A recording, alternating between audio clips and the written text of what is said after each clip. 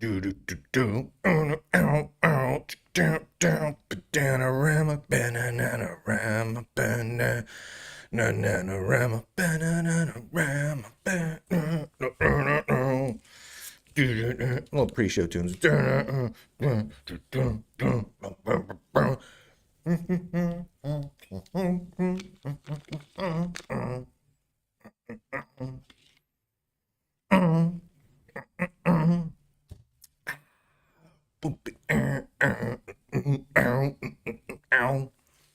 We're getting set up here. How's everyone doing today? We'll be kicking off shortly. We've got a lot of shows to cover today. Got a lot of ridiculous news, absolutely preposterous news, insane, bananarama, crazy news, and we're going to get to as much of it as we possibly can. It's going to be L bonkers. L bonkers to the extreme, possibly even grody to the max. Let me pull up the first show. What show are we doing first here? Bananarama. So what we'll be doing today, all those shows that you see up there. That's right. Make digital from over on locals, such news. Much wow. Hello, Street Trat from Russia. Good to see you. Lunduke likes peanut butter and jelly sandwiches. PB&J equals racist, says Sean from over on YouTube. That is true. Peanut butter and jelly sandwiches are super duper racist. They're basically white supremacy in a delicious, delicious sandwich. Okay, let's see here. Gosh, we got some fun ones. Which one are we gonna do first? We're gonna talk about Linus first, cause it's fun. We're gonna talk about Torvalds because we want to, and it's ridiculous. Yeah. Oh, we need that one. Gotta have that one. You don't know what I'm talking about. Lunduke, when you say we gotta have that one, we can't see what you're looking at. We don't know what you mean. I know, it's a surprise. That's what makes it great. That's what makes you super jazzed about everything that's about to happen. We are going to do this one first. Linus says Rust formatting is Bass-Ackwards garbage. Woo! That's just fun. That's just fun right there. All right. Hold on, I gotta edit this up because that's not the. There we go. Boom. That's the story we're doing. All right, now we need some text. We need some bottom text for that. Wait a minute. We're gonna we're gonna do this here. There was a quote in here.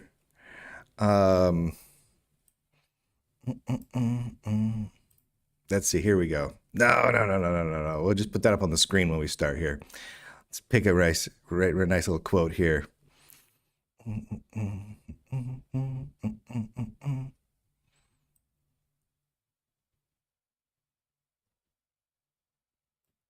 There we go. Nice and simple. A simple quotation to bring us joy in our hour of need. That is, let's make this into 2 lines. Meow, about like that. Then make this bigger because it looks good. And this one has a space at the beginning, but it shouldn't. Now it doesn't. Very nicely done, Lunduke. Thank you. I do what I can because I must. All right. Oh my gosh, more people have showed up. Oh, how are you guys today? Oh my gosh almighty. Oh my gosh, I am in a mood to rant and rave about things today. You ever have one of those days where you're just like, I want to yell at something. And I just want to yell at something. So I'm probably going to yell at something today. Here's the there's the stories I'm going to be yelling about. Oh my gosh, not that one. That's the other thing. That one right there. Oh my gosh, I'm going to yell at some things. Oh man. Oh, holy heavens. I need a little cherry Coke. Truth be told, I could really go for like a Pib right now, but I didn't have Pib. I had cherry Coke available to me, so that's what I'm having. Dr. Evil over on YouTube says, there is a wokeness in all software out there. That's very deep.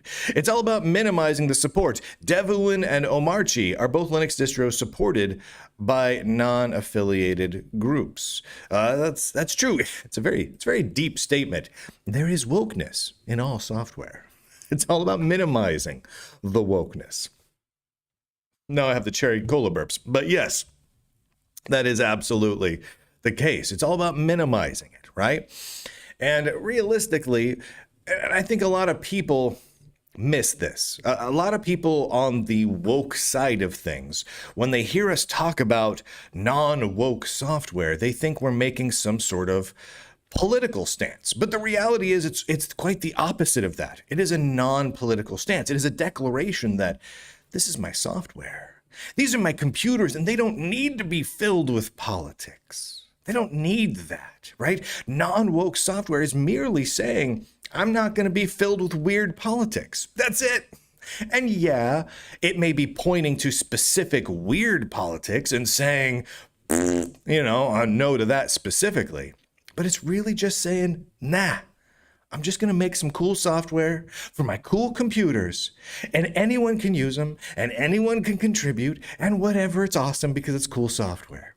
That's what non-woke software is. The woke software takes the opposite approach. They discriminate against people based on politics. It's not cool. It's not cool. In fact, we're going to be talking about some of that today. We're going to be talking about NixOS. We're going to talk about fascism and Bass-Ackwards garbage. Thank you, Linus Torvalds, for that one. All right, so guys, here's how this works. Those of you who are new to the live streams from the Lunduke Journal, this is going to be very straightforward to you, perhaps, but I'm going to say it anyway. At the very end of recording each individual show that we are about to record together, because we're going to record many shows together, all in one live stream. It's very meta. I'm going to go like this. I'm going to go, ladies and gentlemen, boys and girls, end broadcast. And when I say end broadcast, don't leave, because the broadcast won't actually be over. That's just the end of that recording. So there we go. Oh, Linus, my gosh, he's just the gift that keeps on giving. Sometimes he says crazy political stuff, and then we give him a hard time for that. And other times he just whips out just beautiful little gems of berating on people, and for that we gotta love him. See, we can disagree with someone politically. Like, I disagree. We'll talk about it in the thing. All right, here we go, everybody. We are gonna rock and roll with this one. Do I have what I have here? Oh yes. Oh yeah, we're gonna talk about that. We got this here? Yes, we got this over here. How about this over here? Yes. Beautiful. What? Where did that come from? I don't know what that is. Here we go. Ladies and gentlemen, boys and girls, here we go. That's the end. Don't start with the end, Lunduke. See, what's cool, I don't know how many of you realize this, the very first frame of whatever I record becomes the thumbnail for that show, the audio and the video version. And I do this because X, in its glorious wisdom, uses the very first frame of a video as the thumbnail for the video. So whatever I do for that first frame, that face has to be a decent thumbnail. So I can sit here and I can go, or make a whatever face, right? But it has to be like, I have to kind of still, so it's not super blurry, and then that's the thumbnail. Here we go.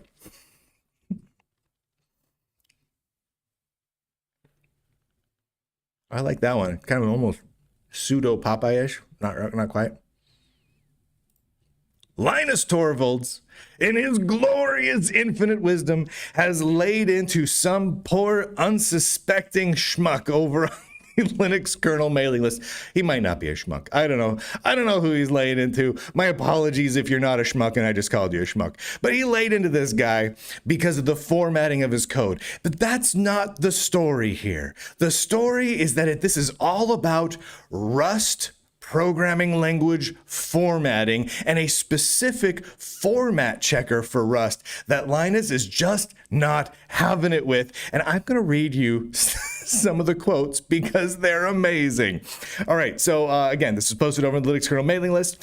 Linus says that, oh, you know what? I'm just going to bring up the screenshot here. I'm going to bring up the screenshot here because you deserve to see this. All right, so this came out on Thursday, October 2nd. So this was this last Thursday in the afternoon. He sends this out. And he says to this guy whose code is all formatted funky, "You are still corrupting indentations in your explanation. I don't know what you are doing wrong, but it's wrong. You seem to have lost all indentation. Look, here's an example." And he shows an example where all the indentation's wrong. Okay, fine.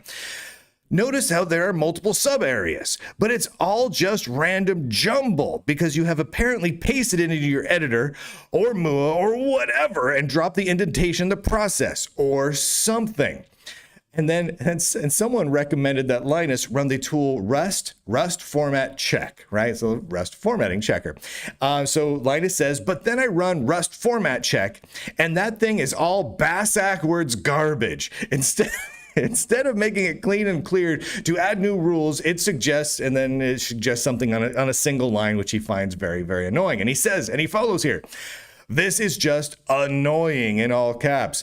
"It's automated tooling that is literally making bad decisions for the maintainability. This is the kind of thing that makes future conflicts harder for me to deal with." And I just would like to say that I love his choice of wording, calling the Rust formatting tool Bass-Ackwards garbage. That is just absolutely fantastic. A little later on down in this line, he then starts really railing into the guy based on the editor he's using.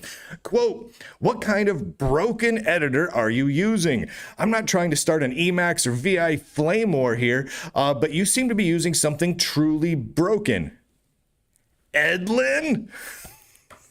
Oh, I love a good Edlin reference. A good toasty Edlin reference is quite possibly my absolute favorite thing. So Linus is just tearing into this guy, right? And, you know, when you look over it at how much chaos has ensued because of Rust becoming part of the Linux kernel. I mean, put aside all thoughts about, oh, memory safety is very important. Oh, if you don't have memory safety in Rust, we're all gonna die because all of our firstborn will be mutilated, or whatever, right? It's ridiculous. But the amount of chaos that has ensued, people just raging out on the Linux kernel mailing list about people not being willing to accept Rust patches, and Rust developers demanding that all the C developers develop for the Rust developers, like they have to change the way they code to make Rust developers happy, and the people just yelling at each other and arguing at each other, just utter chaos and pandemonium. And now we have Linus over here declaring that the Rust formatting checker is producing all Bass-Ackwards garbage. And one has to think that maybe this whole Rust in the Linux kernel thing wasn't really a fantastic idea. And that made me think of this piece of satire I wrote. What year was this in? This was in 2022. I put this little piece of satire out in 2022. Here, let me bring it up here. Oh, where's this at?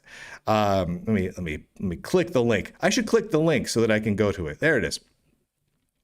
And the piece of satire back from, 2022, 3 years ago, Linus Torvalds threatens to punish developers by putting Rust in the Linux kernel. Quote, "I really didn't want to have to do this," stated Torvalds. "You all screw around too much. Maybe a little time with Rust will teach you a lesson." I'm just going to read this to you because I feel like this piece of satire has proven to be more than a little prescient. Here we go.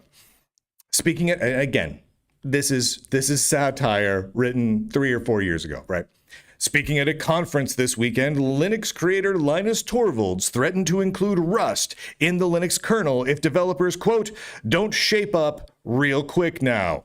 The Rust programming language was originally created in 2010 as a way to punish software developers who, according to the language's creator, Graydon Hoare, really had it coming. Since then, millions of developers have been disciplined using Rust, with companies like Amazon, Microsoft, and Facebook routinely flogging their programmers with Rust as a means to keep them in line. Quote, "I really didn't want to have to do this," stated Torvalds. "But you all screw around too much. Nothing seems to get through to you. Maybe a little time with Rust will teach you a lesson." Quote, "At least it isn't Perl," stated one kernel developer. "My last manager disciplined us with Perl and regex. I mean, don't get me wrong, we probably had it coming, but that was brutal." Yeah, I'm just saying, it feels a little prescient. It feels like maybe it really was just to punish the developers. And maybe it was really to punish Linus Torvalds himself. Maybe that's why, maybe he's doing penance. Maybe Linus was sitting around doing penance and he's like, man, I just haven't been a good guy. I got to do some self-flogging. You know what I'll do to teach myself a lesson? I will incorporate Rust and allow Rust developers into the Linux kernel. I mean, it kind of feels like it. Oh, but anyway, just a reminder, guys. Two things you need to take away from all of this. One, the Rust format checker produces all Bass-Ackwards garbage.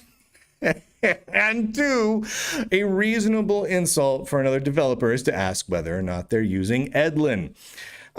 Which I feel like was a little bit of a dig on Edlin. I don't hate Edlin perhaps as many as most people do, but there you go. Thank you to Lunduke Journal subscribers for making it possible to do this absolutely critical coverage. It's the least important story at the Lunduke Journal in a very long time, but it made me happy, so we're doing it anyway. Go to lunduke.com and grab a subscription. If you grab a lifetime subscription, you can be added to the famous wall of famousness that is steadily growing. I'm still going through a backlog of emails, but if you've emailed me, never fear, I'm getting to you guys. I'll get all you on there. By the way, if you do have a lifetime subscription or pick up a new one, I'm not automatically adding you on. Don't worry. I'm not going to out you as a Lunduke Journal subscriber, which will instantly cause your HR department to fire you or whatever. You have to request to be part of it. So if you are a lifetime subscriber, get a hold of me. You know how. Go to lunduke.com. Here, look, where's this at? Where's my browser? There it is. Lunduke.com. There's an email. There's multiple ways to get a hold of me. It's fantastic. And with that, ladies and gentlemen, Bass-Ackwards garbage, boys and girls, nerds and nerdettes across the inner tubes, I do declare, end broadcast. Don't stop watching. I'm not going anywhere, dude. I'm not going anywhere. We're just hanging out. We're hanging out and having a good time today. That's what we're doing. I need some more soda. I need soda wicked bad. Wicked super duper bad. Bad broadcast. All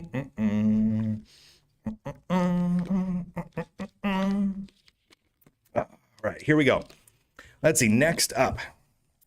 Man, you know, this NixOS story, I think we're going to have to combine this into, let me close a few things here. We're going to combine this into one.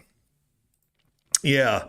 I think this needs to become one story because there's so much NixOS stuff. I can't do all these in separate stories. Let's do those now. All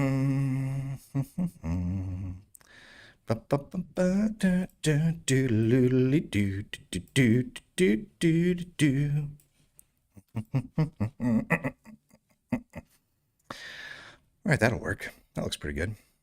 Yeah. There we go. That'll work. Okay. So let's see. What's the top headline here, guys? NixOS delays release due to recent events, or the NixOS mod admits reason for the coup is Trump.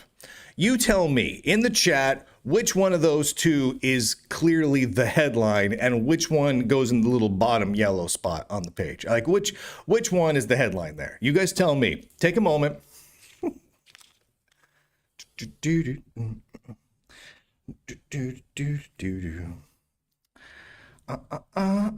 coup. All right. I'm thinking the coup one myself. We got 1 vote for Coup. 2 votes for Coup.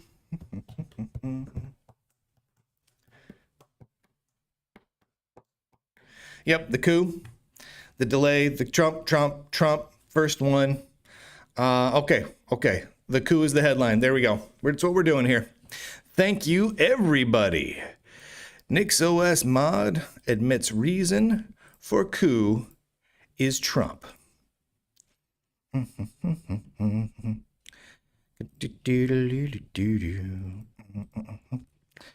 Admits reason for coup is Trump.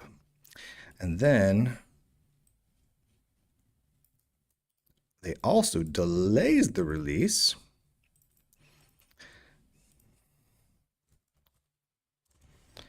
Let's go ahead and not delays release, delays release due to recent events.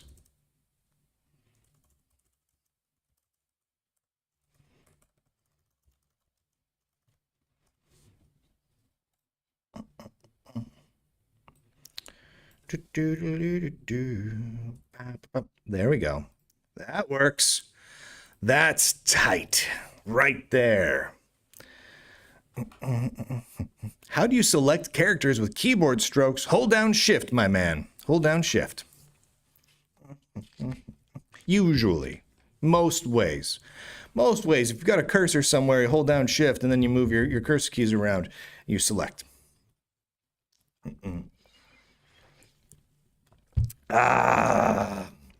Somebody over on YouTube says, "Hi, Duke. I switched to Devuin from Debian, smiley face." Good choice.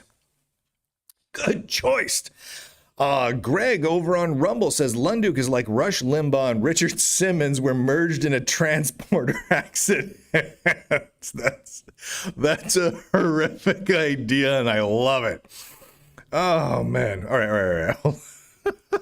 In a transporter accident. Here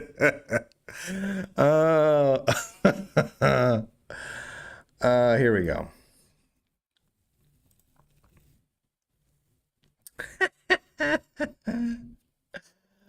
Oh my gosh, that's just the best. All right, we're just gonna bring up these screenshots because that's what we're gonna be talking about. All right, here we go. Once again, ladies and gentlemen, over in the live chat of joy, when the screen goes like this and I say end broadcast, don't turn it off. You'll be super upset with yourself because you'll miss out on all the goodness. Here we go. Oh, I gotta click on a thing. Also, NixOS delays release due to recent events, aka the attempted coup. There we go. Looks good.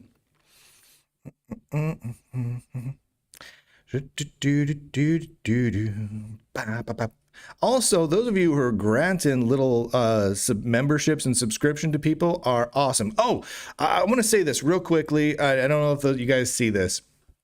So we're not doing sales and whatnot at the Lunduke Journal anymore because kind of don't need them. But I had a couple of people reach out to me over the last over the last couple of months, and who are hard up. They got laid off, going through rough times and whatnot. And they're like, "Man, could I maybe have like a membership for free?" and occasionally the stories tug on the heartstrings, and I grant it to them. But I thought I'd kind of open this up a little bit. So for the rest of the week, I'm just doing a little thing where if you get a yearly subscription via Substack or a lifetime subscription via anything, Substack, Locals, Bitcoin, doesn't matter. It's kind of like you buy one for yourself and then you get to give one to someone else. And you can either choose to give it to, like, I don't know, your friend, your boss, the CEO of Microsoft, whoever you feel like needs a subscription to the Lunduke Journal, the moderation team members of NixOS, maybe they need a subscription to the Lunduke Journal, or whoever you want to put a subscription in their name. Or you can just let me know and I'll add it to the bucket of subscriptions that people are gifting to someone else. There's zero pressure. If you go to Lunduke.substack.com, I think you'll find the get a subscription, give a subscription thing there at the top of the page right now. No pressure. I'm just going to run it through the rest of the week. Even if someone doesn't know I'm doing it, like if they just happen to get a subscription for a year at Substack, even if they don't want to like give one away specifically, I'll add one to the to be gifted to people bucket. So just for the heck of it, just for a thing, because why not? Yes, you can sponsor your enemies to get subscriptions. and yeah, you absolutely can. That's just all that is. In fact, I was debating this. I had a one of the lifetime subscribers. Let me bring this up here so you can see it. So I've got the lifetime subscriber board, and it's slowly fleshing out with the various lifetime subscribers over the years that have gotten, a lifetime subscription. They can add themselves optionally to the board, right? And most people are choosing to use like anonymous or like a code name or whatnot. But one guy sent his name in. And he used, and I won't say who it is for right now, but he used the name of someone in the open source world who is very, very, let's just say woke, right?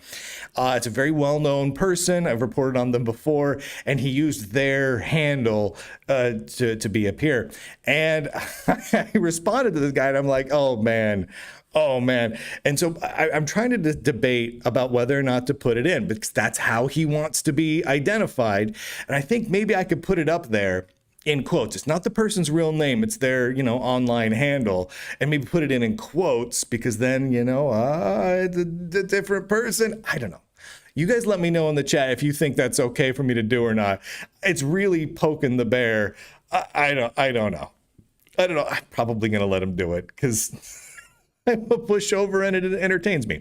All right, here we go. Let's do this. Let's do this episode here.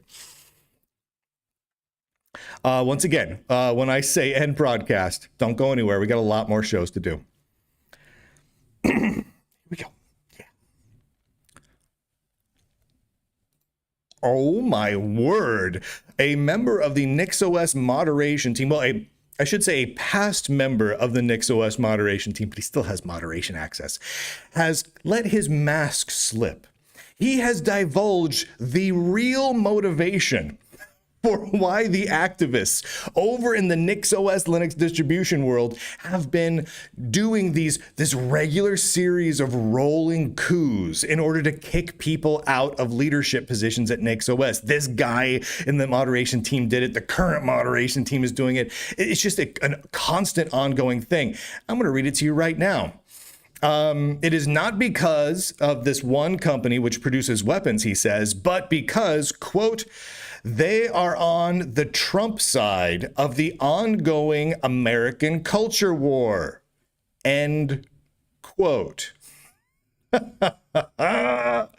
Right? So he's made it very clear that their reasoning here for why they're trying to kick out their elected board members. They call them the steering committee, but it's basically a board of directors. They want to kick them out. They already kicked out the founder of the project. And the reason, and they've banned a ton of people, myself included, and I was never even part of the project, which feels special to me. I believe I'm the only person to ever been preemptively banned from an open source project. I think I am the only one where that has occurred, where multiple open source projects and foundations, including NixOS and a few others, have banned me before I ever created an account or had any involvement with them. It's a feather in my cap right there. But they made it clear that they are doing so not because of technical differences, not because of differences in codes of conduct or moderation something or other, or differences in governance styles. No. The real reason, the root of it is, quote, because they are on the Trump side of the ongoing culture war, the ongoing American culture war. That's ridiculous. It is utterly ridiculous and preposterous that is happening. It is stupid. It is really, really stupid. I mean, how would all of them respond if I don't know, let's say Open Mandriva. Well, what if Linus changed his politics tomorrow? What if instead of being the open communist that he is, sorry, Linus, you are, he decided, you know what? I like Republicans. Republicans are tight. The only thing I like better than Republicans are libertarians. What if Linus goes that route? And then he decides, you know what? I'm going to start kicking out everybody who voted for Kamala Harris. They're on the Harris-Biden side of the American culture war, so we got to kick them out. If they did that, that would be insane. But here's what's crazy about it. If Linus did that tomorrow, if he came out and said, oh, they're on the Biden-Harris side of the American culture war, all of the leftist activists would be up in arms. This guy, this Hexa guy from over on NixOS, and all the other NixOS moderation team members who are all leftist activists, near as I can tell, they would all be pissed off about it. But you know what? So would I. Here's the thing. Most of the conservatives and right-leaning people I know, we wouldn't like that either. We want no politics in our software. We want our software to stand on the software's sake, meritocracy and all that. So everyone would be upset about it. I think that's really telling. That is profoundly telling about the differences in the strategy and the ethics and the motivating factors of the different sides here. One side just wants everyone to be able to get along, to work on software together, and ignore whatever politics are happening outside. And then there's the other side, who wants to kick people out who are on the Trump side. It's ridiculous. In other NixOS news, I'm going to read this post that came through over on the NixOS GitHub yesterday. Quote, due to recent events, many contributors could not work as much on release-related changes as they actually wanted, and we think that it would be a good idea to move the feature freeze and release by 1 week, so that we have enough time to get in everything that we want in this release. Okay, in short, due to recent events, they're delaying the release of NixOS. Now, many of you are going, recent events, what could that be? Well, it's the attempted coup. It's the attempted coup that has been going on because a bunch of people that are unelected moderators in NixOS dislike anyone who was on the Trump side and has to kick them out. Because of that, they are having a delayed release. In theory, it's just a week. We'll see if it actually ends up being just a week. I don't know. My guess is it'll probably be a little longer because, man, it's just chaos. And NixOS is supposed to have an election in like 8 or 9 days, something like that. It's chaos over there, man.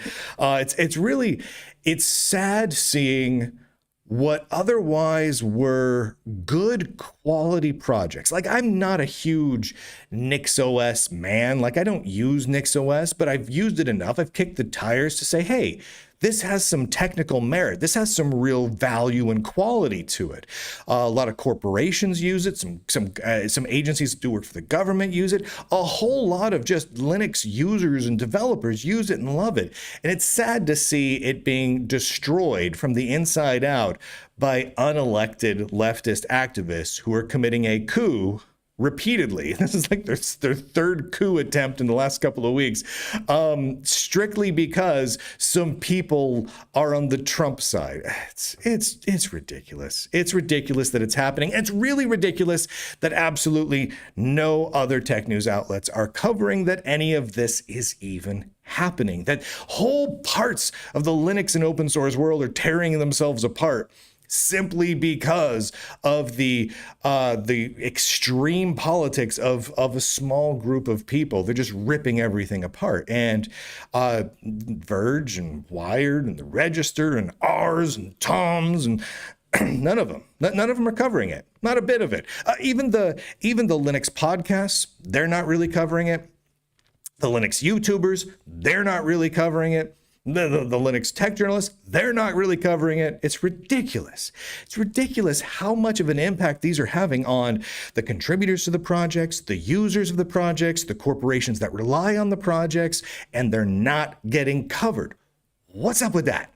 But thankfully, thankfully, because of all of you, it does get covered. So go to lunduke.com and click on some links where you can subscribe to the Lunduke Journal for free.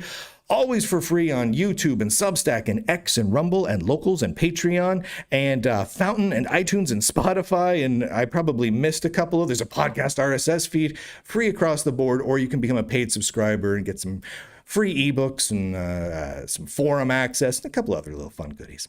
Thank you to the subscribers, by the way. I really couldn't do this without you. And with that, ladies and gentlemen, boys and girls, nerds and nerdettes across the vast and gloriously expansive intertube of our series of tubes and broadcast. It's not really the end of the broadcast, though. It's still going, and how crazy is that? It's nuts. Here, I gotta click on a thing real quick. Who is sending me messages? I'm in the middle of a show. I'm busy entertaining the world. What are you doing? Messages. Preposterous. Preposterous rhinoceros. I'm going to put you down. There we go. Oh, nice of you to gift a few people some subscriptions there, Greg, some memberships. Good on you, man. Over there on the Rumbles being awesome. Good, awesome dude. All right, let me pull this up here. We'll get going to our next one. What do I want to get? What do I want to do? I don't know. Oh my gosh, totally awesome things. Totally awesome do.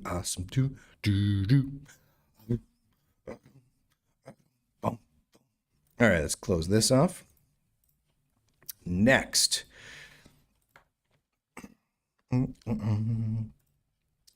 Shunty day.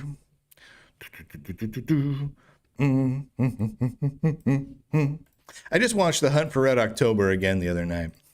No, I've got that. I can't even remember what the name of that song is in The Hunt for Red October.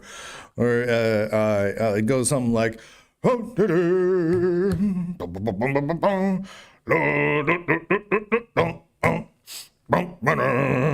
thing, you know, the Hunt for Red October Russian song. I don't know. I don't speak Russian. I don't know. Man, it's a good movie. Man, that is a good movie. I do like me some good Jack Ryan. I'm not gonna lie, it's fantastic. Okay. Here we go. Let's do one more here. Let's do the Atlassian Bitbucket one. Just because it's short and fun and stupid. Got a couple of those episodes today. A couple of those stories. It's fun and it's stupid. It's fun and stupid. There it is. There's the thing I'm looking for. All right, you have to bear with me as I pull it all together here. That's the one. Parfait. And here we go. Yeah, let's do this one. Yeah, Greg. See, that was Alec Baldwin and Sean Connery. My gosh, Hunt for Red October is such a fantastic film. So fun, so infinitely rewatchable. You know, I have a list of movies that like once a year almost I can pull them out and just sit and quietly really enjoy them. Hunt for Red October is one of them. I mean, my all-time favorite would be Great Escape. But the Hunt for Red October is really quite good. Hunt for Red October is really, really something else. But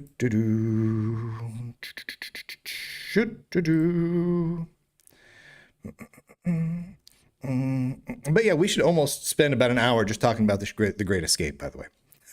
I love The Great Escape so much. It's such a good movie. It's kind of one of those movies that I just watch and just enjoy the heck out of it for quite some time. All right, here we go. Here we go. What am I doing here? What am I doing here? There we go. Click, click. Celebrate Pride every day. Every day. Pride every day. Oh, there's a space there. Those rogue spaces are just coming to get me today.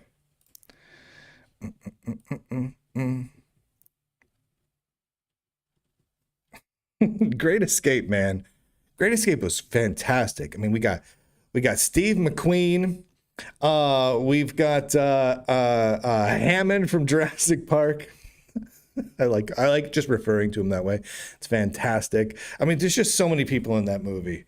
That's just some of the best. Oh man, Lawrence of Arabia. Yes, I truly enjoy Lawrence of Arabia. That one's, I don't watch that one as often. I come back to Great Escape far more regularly, and realistically Hunt for Red October more regularly. But Lawrence of Arabia is a good rewatcher for me as well. Though I'm not gonna lie, I've taken many naps to Lawrence of Arabia. Mm-mm-mm-mm.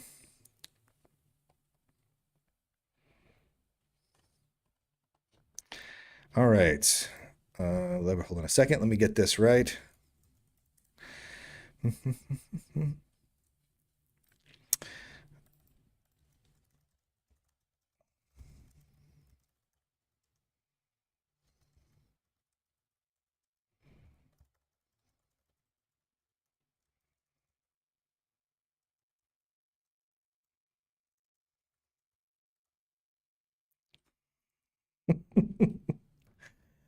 Every day. Holy heavens. All right. Let's do this one. This is so utterly ridiculous. Oh, that was a nice one. I don't know if that picked up on microphone or not, but that was glorious. Oh.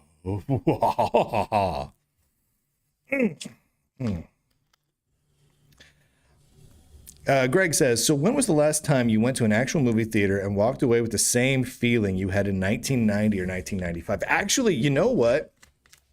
I had a really good time at the new Jurassic World movie. It's not. I took my kids to see it because they're all dinosaur nuts, and it was fun. Like it was not a perfect movie by any chance. The new Jurassic World movie was not at all a perfect film. I had many complaints about it, but you know what? I had such a good time. It was it was a little bit scary. It was a little bit actiony. It was a little bit ridiculous, but it was a fun event. It was a fun event film, and I really enjoyed that one. I really did. I also liked the last Mission Impossible movie. Again, not okay. The last Mission Impossible, no, no, not the last one, the second to last one, the one before that, where they had like the slow motion car chase and the train dangling off a cliff and whatnot, and and Tom Cruise motorcycle jumping off a cliff and whatnot. Ridiculous. So many plot holes and problems, weird dialogue everywhere, but it was a fun event, and I mean, the point I think of the question you're asking is you're right. There's less fun films like that. There's less films where I leave the movie theater going, yeah, I'm so glad I watched that. That was a great film. But I enjoyed the ride. Like you just said, you got to check your brain at the door. Popcorn movie. You got to love the ride. And I think what did it for me with especially the second to last Mission Impossible movie is you could tell they made it with that in mind. Like they knew, yeah, this is a popcorn flick. And you could tell that Tom Cruise made it because he loves popcorn flicks and he wanted to make a great popcorn flick, like a great one, right? And I love that. Oh, Top Gun Maverick. Top Gun Maverick, man, that was fantastic. I really enjoyed Top Gun Maverick. The whole last half of the movie just had me going, oh, hell yeah. the whole time. It was really, really fun. That was really great. I did see the new Minecraft movie, and I hated everything about it. I did not like it in the slightest. It was really bad. Okay. I gotta. Let's do this. Let's do this story here. Here we are. Do I have all the pictures up? There it is. I just put this up here. Excuse me. I'm gonna take a little sip of this before we dive in.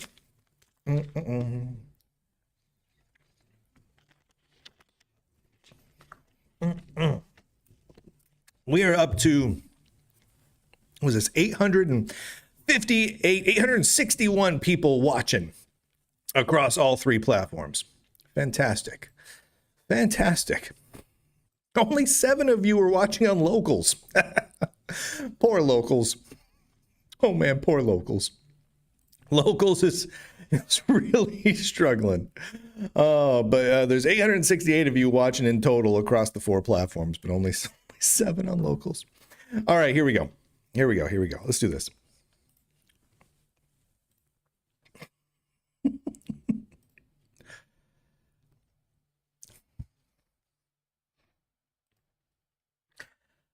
Atlassian, the maker of Bitbucket and Jira, the beloved Jira bug tracking system, and Trello, say that, you know what? You should celebrate LGBTQ pride every day. They have added a setting. In fact, this has been there a while. They added a setting to their Bitbucket, which says, quote, "Celebrate pride every day. Turn this on to show your pride and turn the Bitbucket logo rainbow every day." Atlassian proudly supports its LGBTQ plus employees, partners, and customers. So here's what it does. If you toggle that button and turn on your Celebrate Pride Every Day option in Bitbucket, it changes the Bitbucket logo into this rainbow monstrosity. Now here's the thing that bugs me a bit about all of this. They don't have a setting in there for anything else relating to the logo.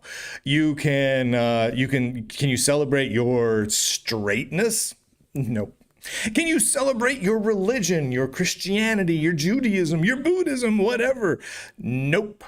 Can you celebrate your national heritage? Nope. Can you celebrate anything else? Nope. Just LBGTQ blah blah blah two spirit whatever pride. That's it, and that is all. And all I have to say about that is really gay. That is just like the gayest thing ever. And here's the thing that I dislike. It's that it's so clearly over the top pandering, right? It's like, does anyone need an option in there just for LGBT pride? No, no one needs that. Does it affect the functionality a little? No. And you know what? It doesn't hurt me that functionality is in there. It's fine. You can have that in there. But the fact that they go out of their way to include that functionality for a couple years now, I think they've had it in there for 2 or 3 years, and they just leave it in there so you can be as gay as possible year round, and they don't include anything else. Well, honestly, it just feels kind of jerkish. Right? And I'm not even asking for them to, include me in there, right? They don't have to have celebrate your white, Irish, Swedish, Jewish heritage, right? For all 12 of us that applies to, right? They don't need to do that. I don't need Atlassian to have a Jira option to specifically support Irish Jews. I don't care. But the fact that they don't celebrate anyone or anything except for LGBTQ pride, that's ridiculous. That's stupid.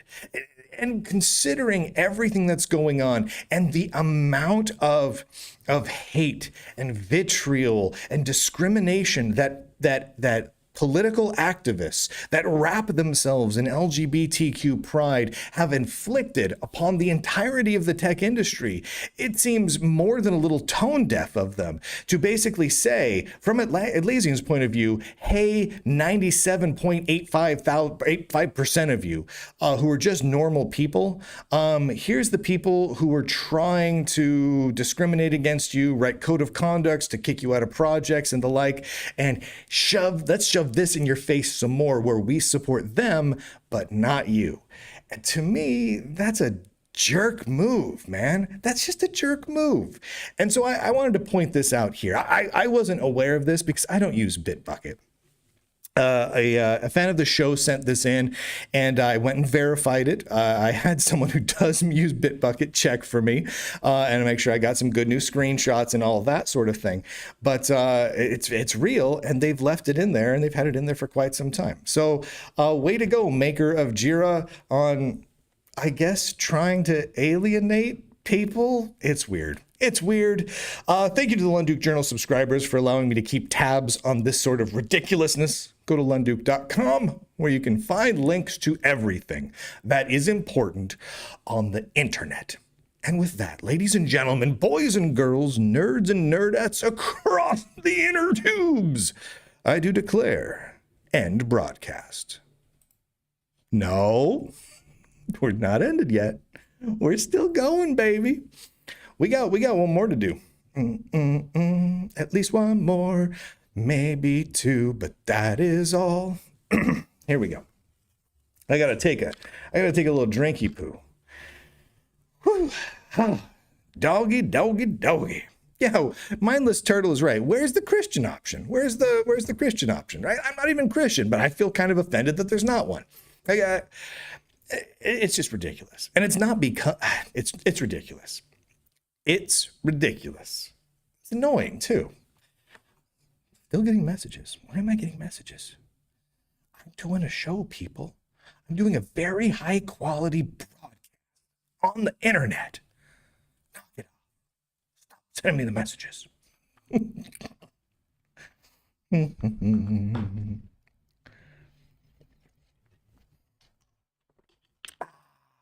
Oh, you know what? You know what we should do? Before we do the Lunduke is Fash episode, that's just fun. We should do one where we talk about the subscription thing. We should do a pay the bills episode. This is going to be short. This is going to take like 2 or 3 minutes. Here we go. We're just going to copy and paste. Man, I have got the Hunt for Red October thing stuck in my head. Copy and paste. Copy and paste. You know, I'm a real sucker for submarine movies, just in general. I don't know what it is, but submarine movies I find extraordinarily watchable. You know, and that's part of why I like a large number of space movies too. I feel like a lot of movies are very submarine movies in space, you know, like Wrath of Khan sort of a thing. It's very much a submarine movie in space, you know. But there's some even the less fantastic submarine movies, I find most of them fairly watchable. I don't know what it is. I just absolutely do. A good sub movie, man. Some of them are hard, but I really enjoy them. Can't explain it. Sean Condon says over on YouTube, how about a Lunduke is the Flash episode where he runs around the world breaking the sound barrier? Sounds hard. Here's the thing. I'm a middle-aged man. When I walk a tiny bit too briskly, I break out in sweats. You don't want to see me if I'm running, man. It's not a pleasant sight. Oh man, submarine movies going woke. Oh God, how horrible would that be? All right, so we'll record the next show in just a moment. I was watching Speaking of Red October, I was watching the Jack Ryan series over on Prime because I watched 13 Hours recently. And I don't know if you guys have seen 13 Hours, but I loved it. It was phenomenal. It was a it was a fantastic, extraordinarily brutal war flick based on, true events to a certain degree. And I really enjoyed that movie. It was fantastic about Benghazi and all that stuff.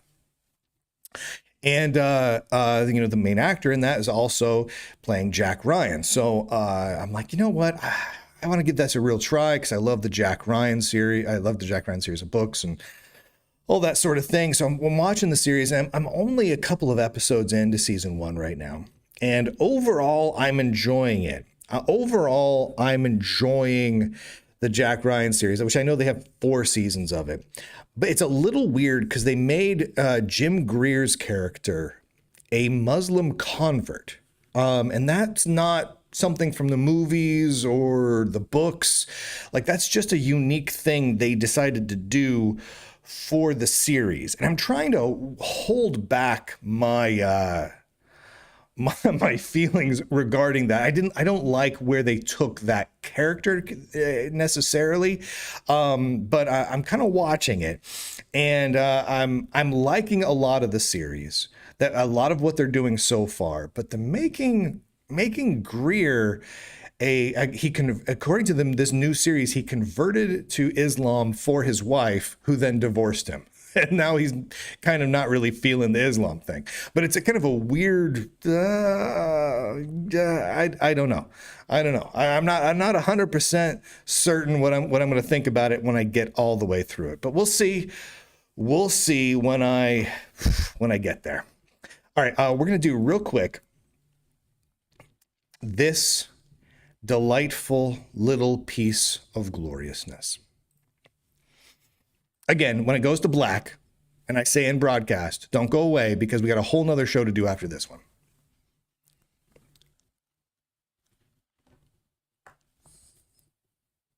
That's a pretty good face. That's a good thumbnail.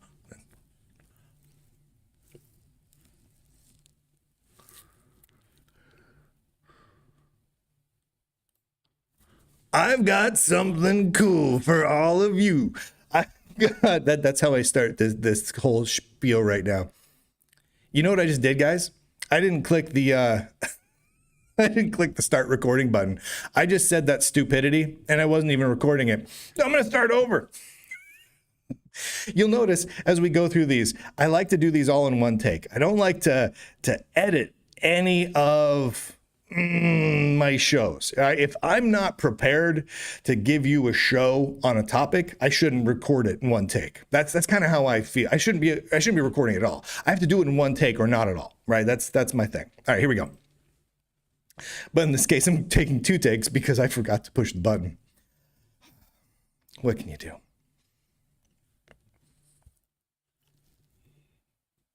Oh, I don't like that face. I didn't like that one. You may know that at the Lunduke Journal, we're not doing sales anymore. We're done with sales. We had our final sale last month. We don't do subscription sales anymore. And we don't take any money from big tech. We don't run any ads in our shows. This show is not brought to you by Square Flugenflagen or whatever. We just don't do that. We're funded entirely by subscriptions. Subscriptions from all of you. That is the one thing that keeps the Lunduke Journal going. And that is really the magic. That is the secret recipe. That is the spice in the sauce that makes the Lunduke Journal work. If it weren't for that, I wouldn't be able to cover all of the stories, the hundreds of stories this year alone that absolutely no other tech news outlet even attempted to talk about. Not at all. It's all because of you. It keeps me fully independent. But that doesn't mean we can't run a little bit of a promotional thing from time to time. So here's what we're doing. From now until this coming Friday, what's the date on there? I've got this over here. October 10th, this Friday, October 10th, you can buy an annual subscription via Substack or a lifetime subscription either via Substack or Locals or Bitcoin. and you can gift one at the same time. So it's buy one, gift one for free. So you can buy yourself a lifetime subscription to the Lunduke Journal. So you're one of the most amazing people on planet Earth, and you can get added to this little wall of power I've got right here. And at the same time, you can then email me and say, hey, Lunduke, I would like my brother Teddy to also have a lifetime subscription. And boom, Bob's your great grandma. I make it happen for you. If you want an annual subscription, you can do the same thing.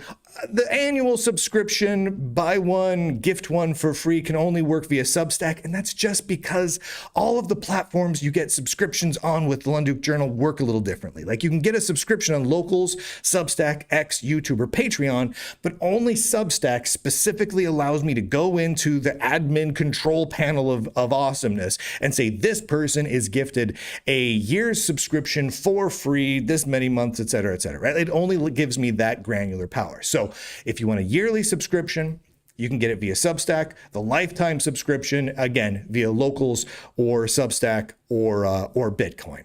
And then you can gift one to whoever you want. Now, here's the deal.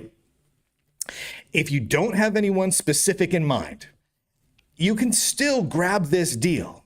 And then I will put your gifted a lifetime or annual subscription into the bucket of subscriptions that are already paid for to go to someone in need. So if there's a deserving nerd out there that's hard on their luck and lost their job or something like that that really could use a little leg up, they can get that subscription, right? So there's a couple I've got ready to go for that, or you can gift it to whoever you want. You can gift it to a friend, a family member, a coworker, an enemy, some random woke CEO, if you think that's funny. Whatever you want to do is totally up to you.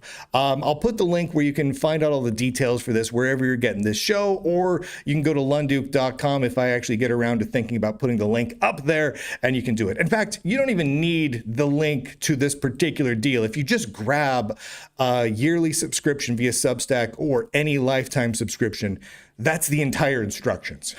All you have to do after that is just email me, and my email is on the website, and tell me who you want it gifted to. Thank you to all of the subscribers who make this possible. I really couldn't do this without you. You are truly phenomenal. Thank you for supporting the Lunduke Journal well enough that we don't have to do sales and discounts in order to make ends meet and keep the lights on anymore. You make it possible for the Lunduke Journal to succeed into the future, and you are absolutely awesome. You've kept us going for years now, and it's looking like you're going to keep us going for years to come. So that's pretty fantastic. And with that, ladies and gentlemen, boys and girls, nerds and nerdettes across the vast, glorious, and incredibly spicy inner tube, I do declare, end broadcast. It's not the end. Don't go away. Now we're going to do a show. Now we're going to do, oh yeah, Lunduke is fascist. Lunduke is fascist. Can't go wrong with Lunduke being a fascist.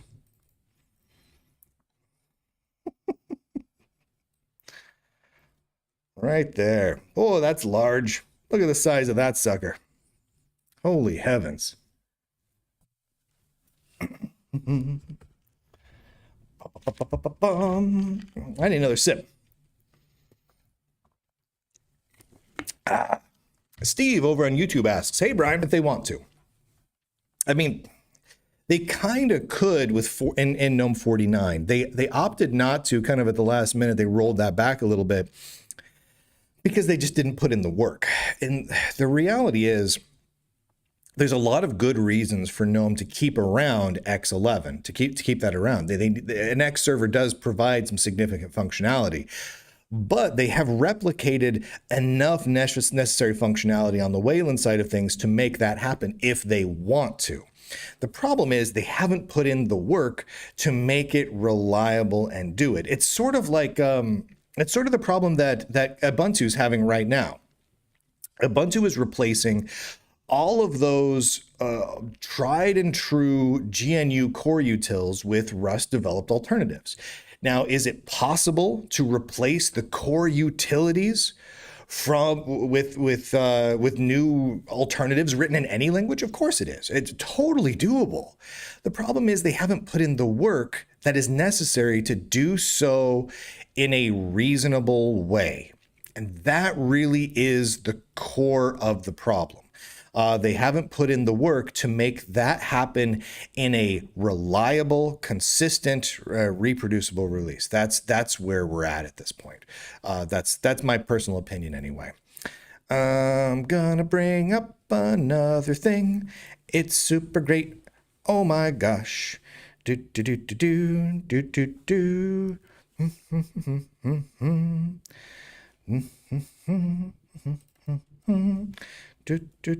do. This Lunduke guy is really stupid. I want to launch him off a cliff.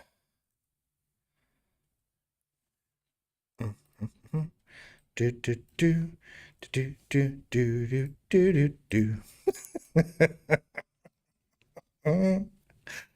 La da da ba doodly doo. Beautiful. All right. Here's what we're gonna do. We're gonna power through this real quick, and then we'll do some Q&A afterwards. For all 986 of you that are currently watching, here, let me check one thing real fast to make sure I'm not screwing up too much. I got to make sure I bring everything in. You know what I'm saying? Boop-a-doop-a-doo. I'm not screwing up too much. Clickety-clickety-click. Shloobity-boop. Dink-a-dink-a-doo-doo-dink-a-doo. There we go. That Lunduke guy is really stupid. I want to launch him off a cliff.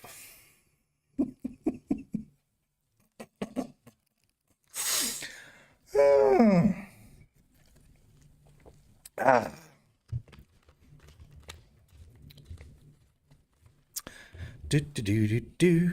Do do do. Okay, I think I got all this. You can't spell fashion without the fash. Golly.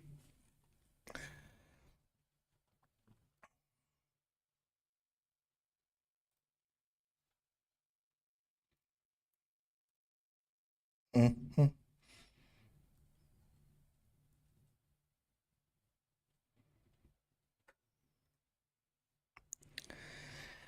Good gravies. Let's see if I can center that picture. There it is. If I pull that up, yeah, it looks about right. Okie dokie. Let's do this. All right, remember, at the end, I will say and broadcast, it is not the end, however.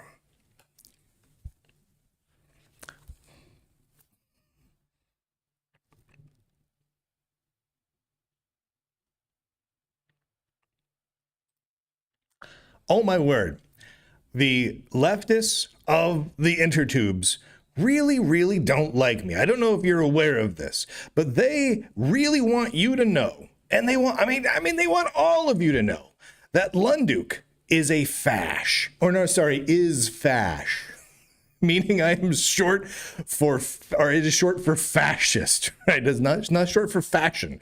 Lunduke is not fashion or a fashion. I am a fashion. A dozen or so forums and Matrix channels and Discord channels and Mastodon and Blue Sky and whatnot. And I search for stories every day.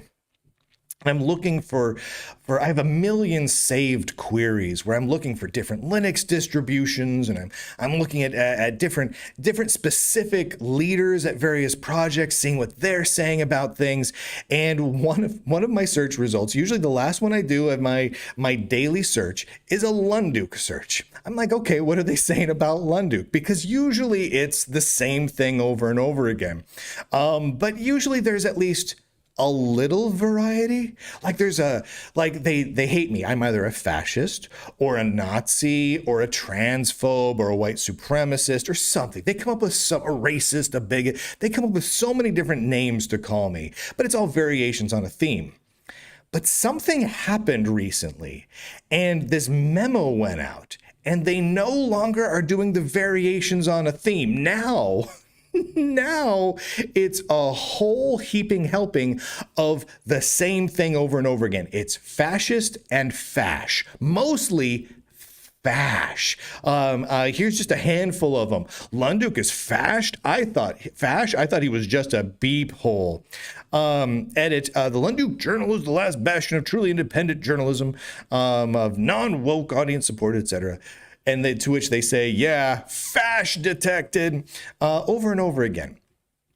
Here's someone who I think is a trans person who identifies as half transhuman, half animal, because, of course, talking about various Mastodon servers. Quote, most of the free and open source software and tech Mastodon instances are known for fascism. Fostodon, Linux Pizza, Linux Rocks. Hell, that one literally has Lunduke on it, etc. One that's less bad is floss.social. That doesn't have a fascist problem like Linux Rocks does, which is the one that I have an account on.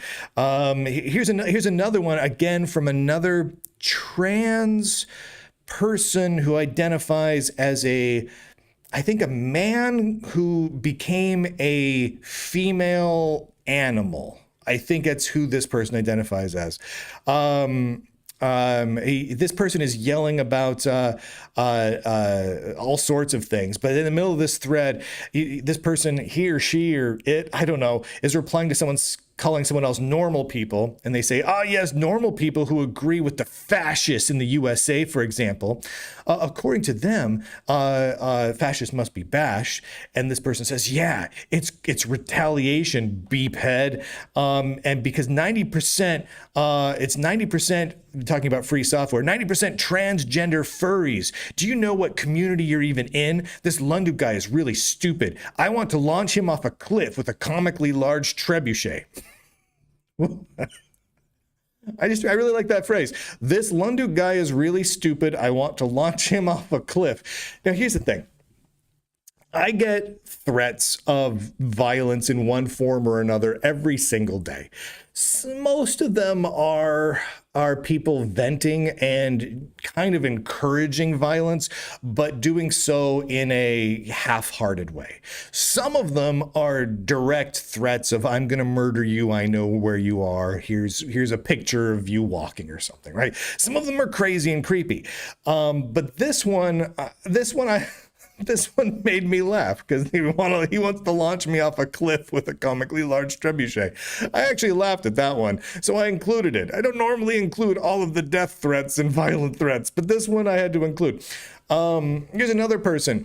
Normal people. Fascist. And by the way, my apologies. I did a terrible job of censoring that word there. It's kind of visible, so you can see they're swearing. To which Lunduke responds, and I took that personally. This is happening over and over and over again. There's a constant recurring theme. Lunduke is fascist, and it's not just me.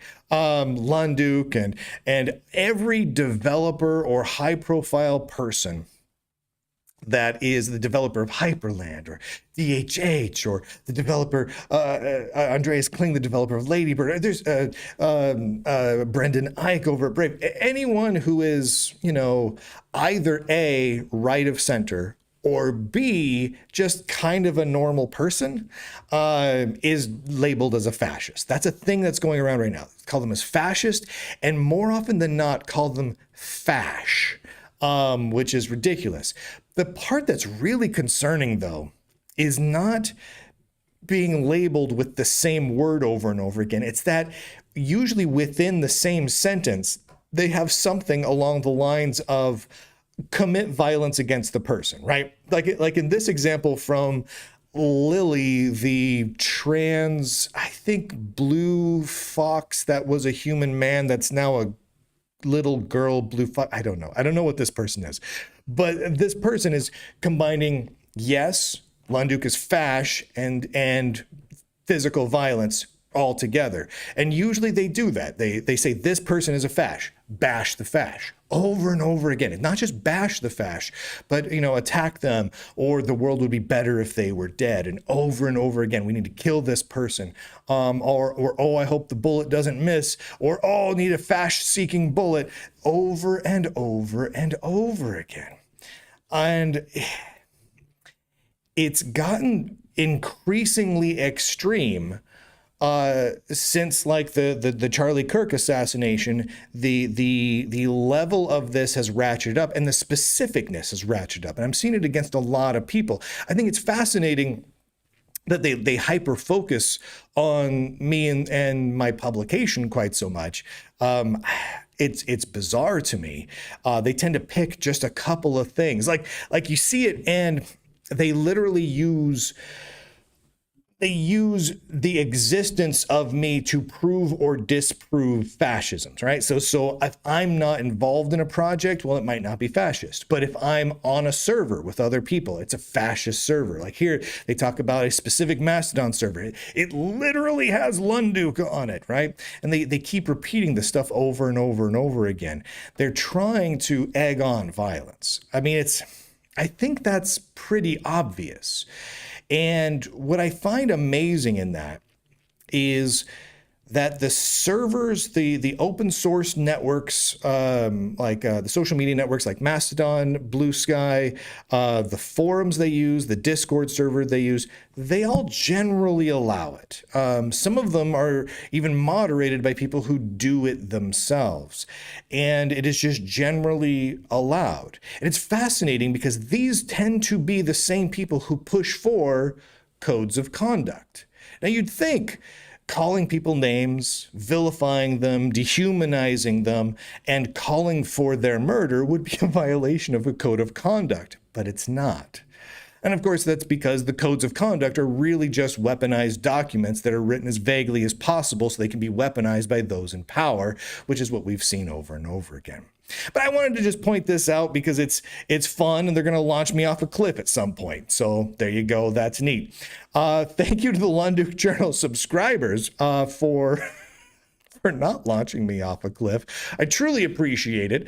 Thank you to all of the lifetime subscribers of the Lunduke Journal who may or may not be fash, according to all these horrible people out on the internet.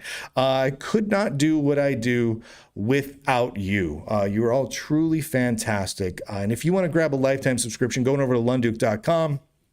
Scroll down, and there's a little pay once for life on Locals or Substack, and there's also a Bitcoin option there as well.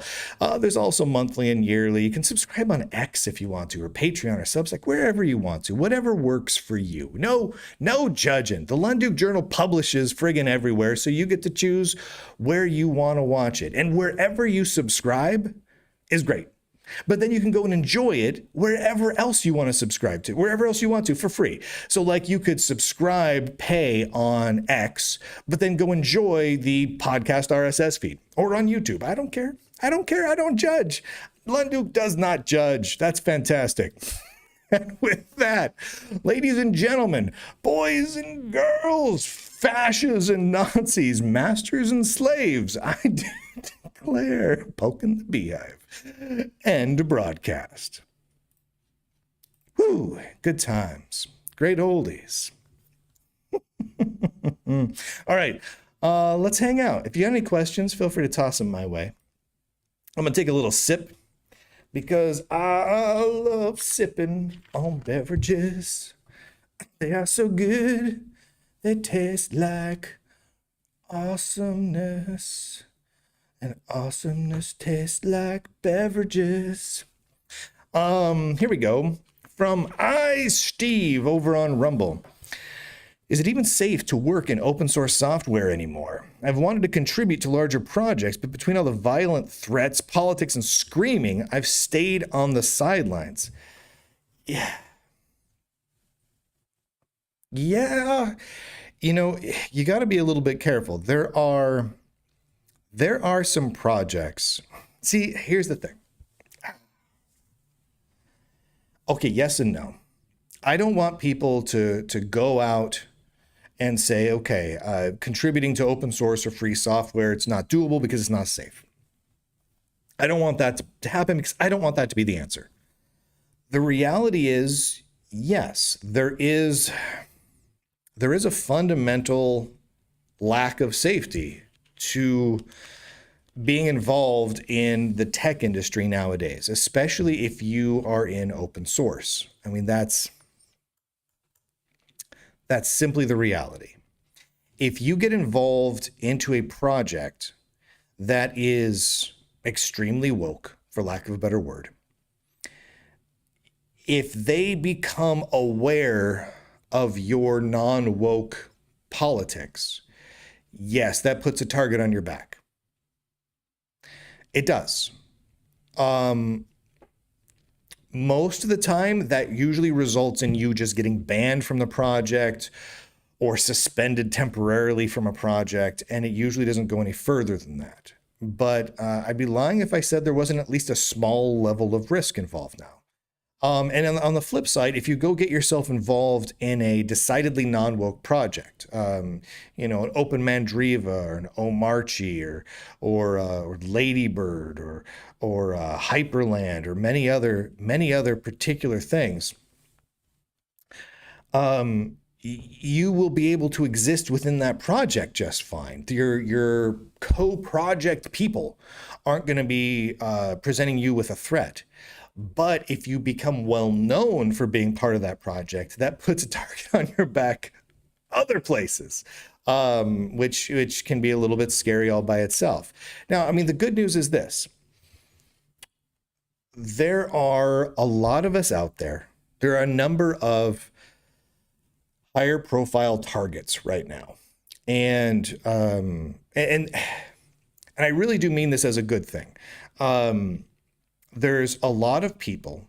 There's a couple of people. Myself, DHH, Brendan Ike, Andreas Kling, several others, where we kind of act as a little bit of a shield, right? So, like when the extreme, more kind of violent activists, the Antifa types and whatnot, begin talking about the people that they hate in open source, those are the names that come up. And that provides a level of security for everyone who isn't those people, right? We act as sort of the Antifa woke shield, so to speak. It's not a great scenario, I'm not gonna lie, but it does provide a little bit of cover there. Doesn't mean you won't get yelled at, doesn't mean you won't get threatened here and there, but it probably means you won't be a specific target until such time as you become that level of high profile, they hate you and want you to die. So you're kind of safe. My personal suggestion is get involved with some of the non-woke projects. And if you really are worried about it, just don't stick your neck out too much outside of that project. And that's the best way to go. Someone was asking about me going over on Timcast. I'm up for talking to just about anybody. That I believe the way Tim Pool works is I think they reach out to folks they want to talk to. So if it ever makes sense for Tim to reach out and talk to me for something that he wants to talk about in his show, of course I'd love to. Yeah, that's fantastic. I've done a couple of shows with the side scroller folks lately. I've been enjoying that. Honestly, I have a good time talking to them. I don't know what the heck they're talking about half the time. I'm just sitting over here all curmudgeonly and grumpy and, old school computery with my mildly graying beard. And so I just kind of enjoy listening to all these young whippersnappers talk about, I don't know what, man. I don't know. They were talking about some anime stuff on the last episode. I don't know what the heck they're talking about. You know how it goes. Someone else said that they like my shirts. Love your outfits, bro. Consistently good. Why? Thank you. I appreciate that very much. I do my best to rock the dad wardrobe. I'm wearing. I got my shorts with my elastic waistband. Gotta wear the elastic waistband. I got my dad's shirt. I got my baseball hat on. I'm living the good life. I've got my Skechers slip-ins, so I don't have to bend over too far to put on my shoes. So here's my thing. Here's my thing with shoes. I have my going to temple shoes. I've got a fancy event to go to, a wedding, a funeral, going to temple, religious services every week, that sort of thing. And those are my Floorshimes. I have this just beautiful pair of Floorshimes that are just glorious. But and I love those shoes. Classy as all get out. But for regular everyday wear, Skechers slip-ins, baby. It's old man all the way. I love it. I love it so much. Static says Lunduke's been awesome on side scrollers. Old man vibes. That's what I'm saying, man. Old man vibes. Before we continue on, we're going to go with get some more questions for you guys. Feel free to ask some questions.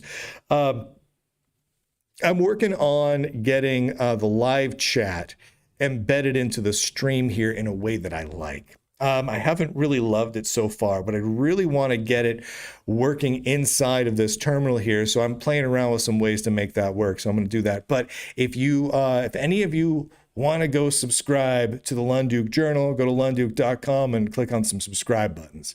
'Cause that's how we pay for all this. I know a couple of you have during the show today. It's fantastic, and hopefully I live up to what you guys put into me. It's fantastic. Greg says, Brian, what coding project are you working on right now? Actually, right now is a personal project, a very personal project. I'm doing some stuff to set up my that for my kids. It's a kid relating thing for school and stuff like that. But it's all in DOS, all in C. Very old school stuff, but I don't have any specific outwardly facing projects at the moment beyond that. Though I got to tell you, I do enjoy the fact that I'm spending a little bit of time in DOS in C. It's nice. I'm using Turbo right now, little Turbo C action. It's just downright enjoyable. Steve says, I wonder about Brian sometimes because he uses Pico instead of Vim. Oh man, Pico is great. You'll notice I'm not using Nano. I'm using Pico, right? The old University of Washington Pico. I go BSD route on this one. Cable Kitten says, question, are you planning on doing another Linux Sucks, or is the current climate too dangerous? Okay, I have not done a Linux Sucks show this year. We did one last year.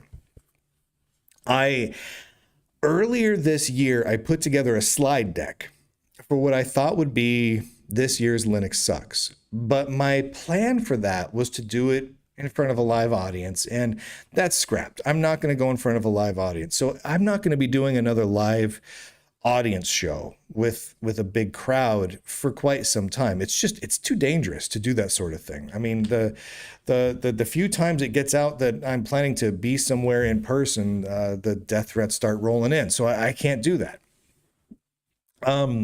But I have done in the past some non-live, non-in-person Linux Suckses. And if I rework that show and add a little bit to it, I think it would make a great show. I haven't yet decided if I'm going to put one out this year or not. There is a chance that we could do a Linux Sucks 2025 sometime between the now and the end of the year.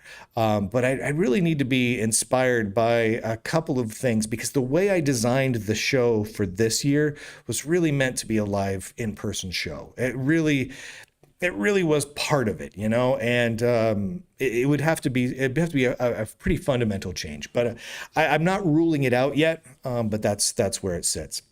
What I would also like to point out is I think this next year is the 20th anniversary of the start of the Linux Action Show, which was the first podcast that I did with Chris Fisher over at Jupiter Broadcasting. And I should reach back out to him, and maybe we'll see if we can do a reunion show, do an anniversary show. He's retired the Linux Action Show. He doesn't do it anymore. And I stopped doing it a long time ago. But it might be time for just a reunion show of sorts. I think that could be a whole heck of a lot of fun. It would make a lot of people mad, and that would be worth it for right now. Um, why don't you do a live Linux? What? What does that mean? Why don't I do a live Linux? Oh, why don't you do a live Linux sucks? Oh, sorry, I was reading the thing wrong. It's from Meat Lotion over on Rumble. Why don't you do a live Linux sucks on the day that Windows 10 goes end of life? What day is that? October 14th? It's not a terrible idea. I'll think about it a little bit. Let me ponder on that just a little bit. Because again, the show would have to be fundamentally reworked a bit. Let me think about that. Let me ponder on it. It's not a terrible idea. Not a terrible idea, Meat. But let me think about it a little bit. Let's see, what do we got here? I've been using Slackware for 20 years, desktop server and a small cluster. Slackware is great, man. I do like Slackware. Haven't used Slackware in a long time, though. I really should. Androth over on YouTube says, you can't make a Linux sucks when it really does right now. There's some bright spots. I mean, there are some parts of the Linux world that are not too sucky right now. I mean, there are some wins. Let's be clear. There are some wins. And I think it's worth, the reason I'm considering doing a Linux sucks this year is that, yes, there is a lot of sucking going on, but there are some really bright spots, some brighter spots than we've had in many years. But we've also had some things that suck more than in years past. So I don't know. It might be worth discussing all of it. Meat says, in my house, the year of the Linux desktop was every year since 2008. Right. I mean, there's a good argument to say the year of the Linux desktop is whatever year you're using Linux on your desktop. But there you have it. Slackware made me hate Linux in 1998. My dad's considering putting Linux on his old non-Windows 11 compatible PCs. It's not a bad idea. Timothy says, I use Minix, by the way. That's a flex. Way to go. Using Minix in 2025. Hardcore, man. We already had the year of the Linux desktop circa 2000, when you could buy big box Linux distros at Best Buy or whatever. Yes. But then again, you can't buy any software like that nowadays. That is really such a shame. I loved buying Red Hat Linux, SUSE Linux, etc. in those big giant boxes with big manuals and just stacks of CDs. Oh, that was great. That was a fantastic time for Linux. It was so much fun. Everything was broken back then. I mean, if you got, I remember getting SUSE Linux 6 in a big old box, and it came with, I don't know, 5 or 6 CDs, something like that. The whole repository on CDs. And oh man, getting sound to work, nightmare. Getting my Ethernet card to work, forget Wi-Fi, just getting my Ethernet card to work was a nightmare. Getting my display to work in anything other than like a Visa mode, also a nightmare. Man, it was so much work, but I kind of loved it. I kind of did. I kind of loved it. It was a really fun time. Like Steve says over on Rumble, Linux in 93 was awesome. I felt so proud of myself when I got sound, right? Yes, that was something really special. I don't know. The kids nowadays, with the hip hop, the Zima and hula hoop and Dan Fogelberg records, they don't know how good they've got it. They don't know how good they've got it. They have no idea what using Linux was really like. Like I was watching some young kid who does a Linux YouTube channel the other day. And by the way, I won't name this kid because I'm sure he's a nice little guy. he on his video, someone had to send me his video and said, this particular show he did was something you should check out. 'Cause he talked about the Lunduke Journal and some of the coverage in it. And I'm like, okay, I'll go check it out. But I wouldn't have known to go look at his shows because the thumbnails on his YouTube channel will say nothing. It's like, it'll say something generic like, "Can you believe it?" And it'll have a picture of him going, and then it just says, "Can you believe it?" or something. And then the title of the show will be something like, "Here we go again." And, "Oh, it's happening. You knew it." And there's something like that in the description. It's like this general thing that has absolute, like, it doesn't tell you anything about the show that he was doing. Like, it doesn't give you even a hint of what the topic might be. It's the stupidest thing. But anyway, it's like the definition of clickbait. It's ridiculous. But anyway, so I was going to watch this kid's show. And I don't know how old he is. He's in his 20s, I bet. But he was talking about the old days with Linux. Oh, when he was younger, using Linux and how hard it was to use things. And it came out that he was talking about like 5 years ago. Like when we were using like current GNOME shell, and after all the problems had been sorted out in the 90s, like he had me until a certain moment. He was talking about all the problems with old Linux, and I was like, yeah, man, oh, I hear you. And then he starts talking about the problems, and I'm like, wait a minute. He and I are talking about different things. I'm talking about I can't get my IDE drives to work, my sound to work, my Wi-Fi to work, my Visa upwards of 16 colors to work, and he's talking about the JavaScript engine with his GNOME extensions were difficult to install. I'm like, oh, you got to be kidding me. Who's this friggin' kid? What is he, like 3 years old? Ay caramba, man.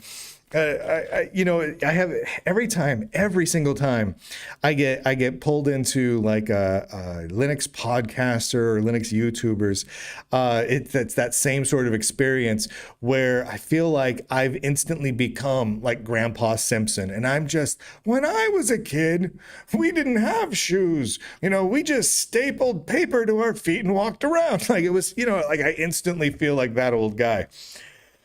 Ay caramba. Yeah, like Netflix Foreign says, Linux in the 90s wasn't perfect. Saying something. Saying something. Oh, man. Oh, man.